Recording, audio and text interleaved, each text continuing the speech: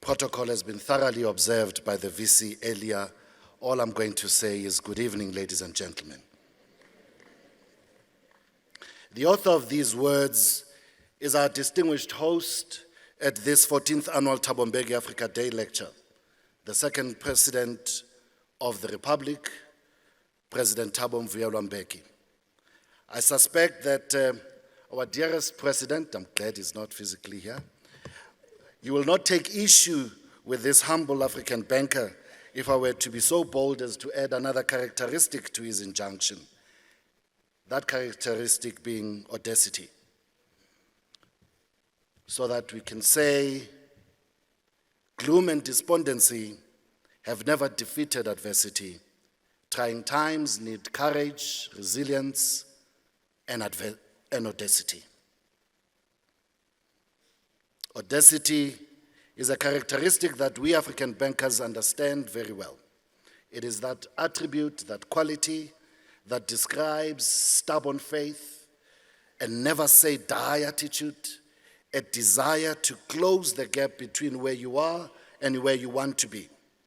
Audacity comes from a sense of purpose, a sense of mission, and a resilience to defy all odds to achieve one's goal. It takes audacity to look beyond the present circumstances and imagine a better and more inclusive future. It takes audacity to make the future happen. I believe this to be true because at African Bank we have inherited an audacious legacy. Our heritage, our story, our very DNA was born in the hearts of men and women who dared to dream of economic inclusion, and they did not stop at dreaming it. They proceeded to put in place institutions such as NAFCOC, African Bank, to pursue that vision. In May 1964, 67 delegates gathered at the Orlando Community Hall in Soweto at a conference that would see the birth of NAFCOC and African Bank.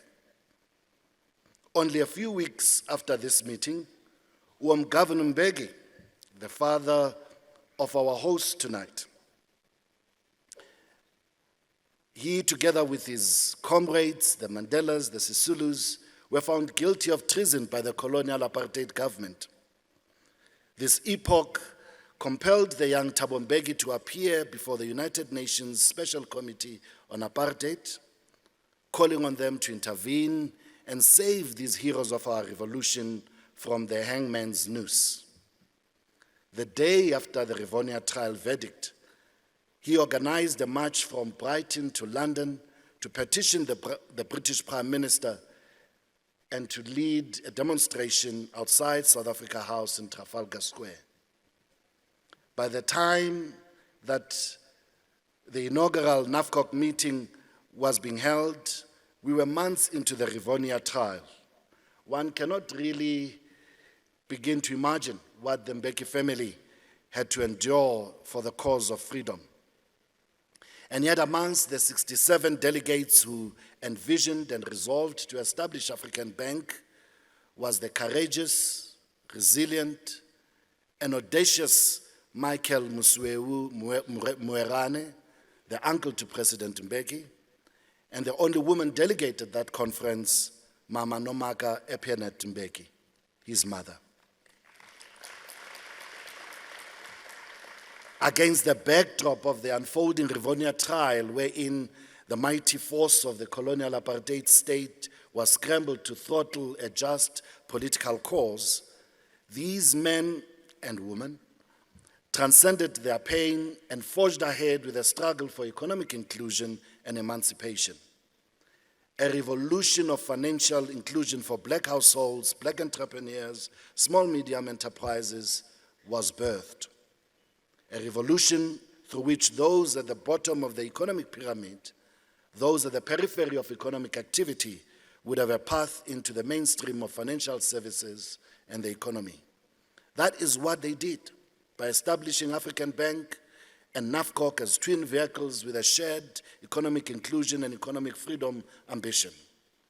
These giants of men and one woman were leaders who possessed such courage in their convictions that they resolved to forge unity and shared vision of economic emancipation beyond the political struggle.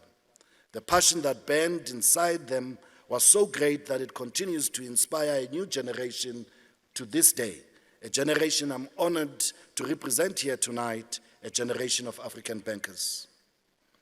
You see, Mama Mbeki and Uncle Mwerane and the founders of African Bank understood and heeded a lesson forged in ancient times, that there cannot be political freedom without economic freedom.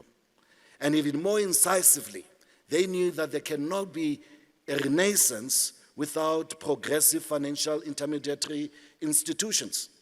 They knew that the renaissance of the Western civilization, which is the best recorded, had amongst others been propelled by the world's oldest recorded investment banks, such as the Medici Bank.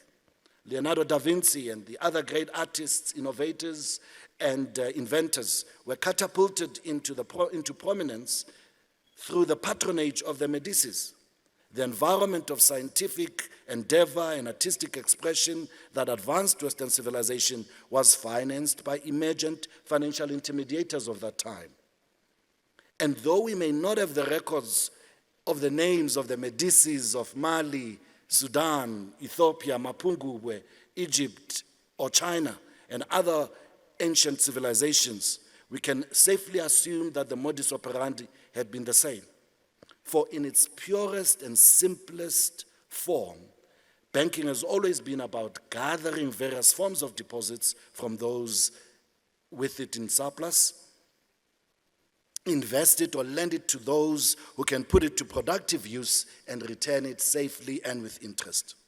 It is this simple intermediation of capital and liquidity that fuels economies and that advances humanity. Mama Mbeki and Uncle Mwerane understood that very well. That's why they and their peers birthed African Bank, a bank for the people, by the people, serving the people.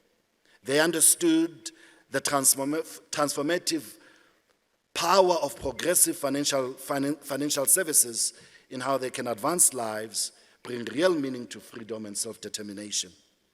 As Africans, we walk in the footsteps of powerful legacies. We stand here today because of the courage, resilience, and audacity of our forebears. And we stand here to promise to uphold and honor their legacies. In the face of the new scramble for Africa, resurgent ills and evils born of historical and new adversaries, we reaffirm our commitment to ensure that a bank for the people, serving the underserved and underserviced, shall prevail.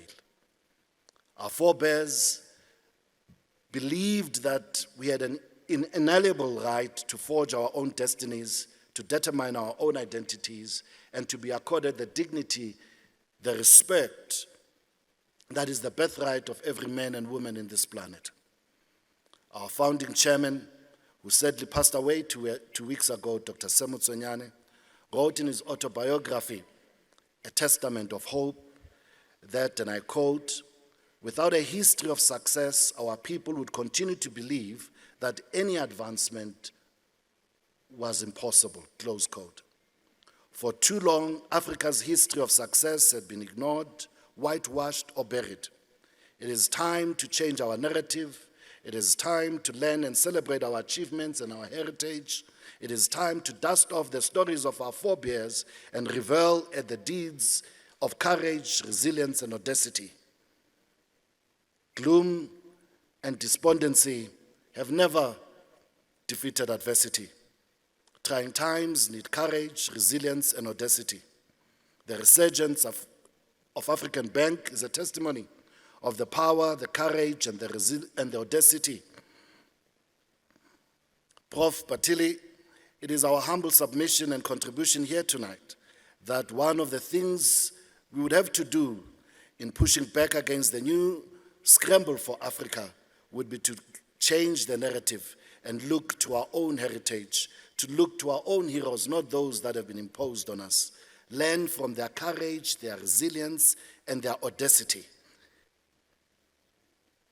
And so on behalf of African Bank, I am delighted that Many members of the Board of Directors are here to relay with me the message that we are honored to be part of this auspicious conversation. We are heartened by the sight of so many distinguished guests gathered here and their invaluable insights about this place we call Africa, our homeland, the cradle of humankind. Professor Bathili, welcome. We await your insights and wisdom with great anticipation. Siyabonga.